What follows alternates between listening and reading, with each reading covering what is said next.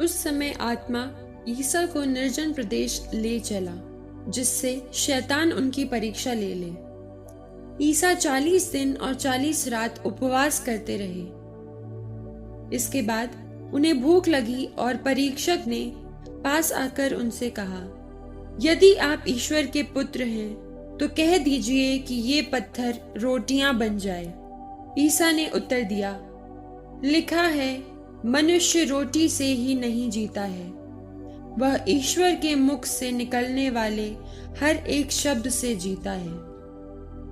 तब शैतान ने उन्हें पवित्र नगर ले जाकर मंदिर के शिखर पर खड़ा कर दिया और कहा, यदि आप ईश्वर के पुत्र हैं तो नीचे कूद जाइए, क्योंकि लिखा है, तुम्हारे विषय में वो अपने दूतों को आदेश देगा, वे तुम्हें अपने हाथों पर संभाल लेंगे कि कहीं तुम्हारे पैरों को पत्थर से चोट न लगे।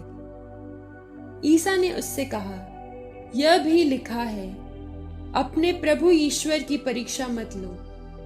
फिर शैतान उन्हें एक अत्यंत ऊंचे पहाड़ पर ले गया और संसार के सभी राज्य और उनका वैभव दिखलाकर बोला, यदि आप दंडवत कर मेरी आराधना करें तो मैं आपको यह सब दे दूंगा। ईसा ने उत्तर दिया, हट जा शैतान, लिखा है, अपने प्रभु ईश्वर की आराधना करो और केवल उसी की सेवा करो। इस पर शैतान उन्हें छोड़कर चला गया और स्वर्गदूत आकर उनकी सेवा परिचर्या करते रहे। ईसा ने जब यह सुना कि यूहन्ना गिरफ्तार हो गया है तो वे गलीलिया चले गए। वे नाजरेत नगर छोड़कर जबूलून और नफ्ताली के प्रांत में समुद्र के किनारे बसे हुए कफरनाहुम नगर में रहने लगे। इस तरह नबी ईसायास का यह कथन पूरा हुआ, जबूलून प्रांत, नफ्ताली प्रांत, समुद्र के पथ पर यर्दन के उस पार गैर यहूदियों की गलीलिया।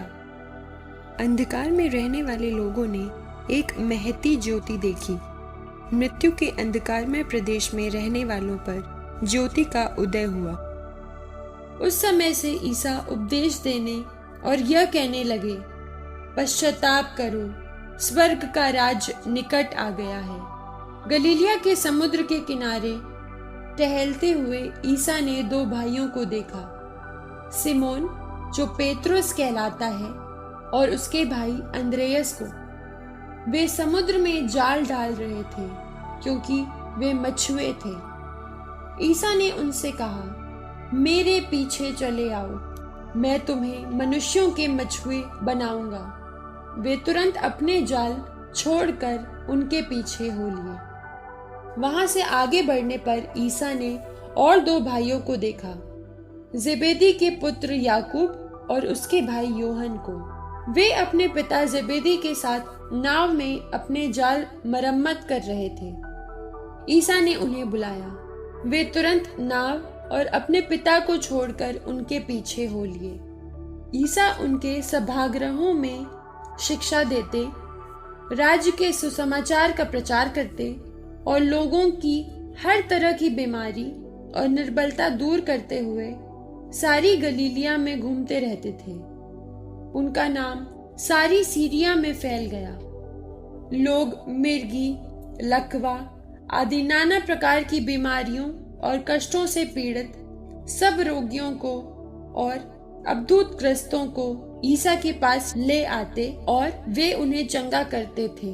गलीलिया, देकापोलिस, यरूशलेम, यहूदिया और यर्दन के उस पार से आया हुआ एक विशाल जनसमूह उनके पीछे पीछे चलता था।